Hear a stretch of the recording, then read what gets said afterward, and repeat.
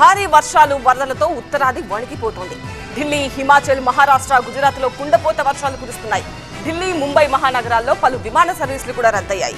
ఉత్తరాదిన భారీ వర్షాలు దంచికొడుతున్నాయి. గుజరాత్, హిమాచల్ ప్రదేశ్, మహారాష్ట్రతో పాటు ఢిల్లీలో కుండపోత వర్షాలు కురుస్తున్నాయి. ఢిల్లీ, ముంబై మహానగరాల్లో ఎడతెరిపి లేని వానలతో పలు విమాన సర్వీసులు రద్దయ్యాయి. ముంబైను భారీ వర్షాలు ముంచెత్తడంతో రెడ్ అలర్ట్ ప్రకటించారు. పూణేలో విద్యుత్ షాక్తో 4 మృతి చెందారు. ముంబైలో లోతట్టు ప్రాంతాలు జలమయమయ్యాయి. నడుములోతు నీళ్లు రావడంతో జనం నరకయాతన పడుతున్నారు. చాలా చోట్ల సబ్వేల్లోకి నీళ్లు చేరాయి. గుజరాత్ లో వరద బీభత్సం కొనసాగుతోంది. పోర్బందర్, సూరత్, జునాగఢ్, వడోదర జిల్లాల్లో కుండపోత వర్షం కురుస్తోంది. పలు జిల్లాల్లో భారీ వర్షాల కారణంగా రోడ్లన్నీ జలమయమయ్యాయి. గుజరాత్ లో వేలాది ఎకరాల్లో పంటలు నీట మునిగాయి. భారీ వర్షాల ధాటికి రాష్ట్రంలో పలు జలపాతాలకు వరద నీరు పోటెత్తింది.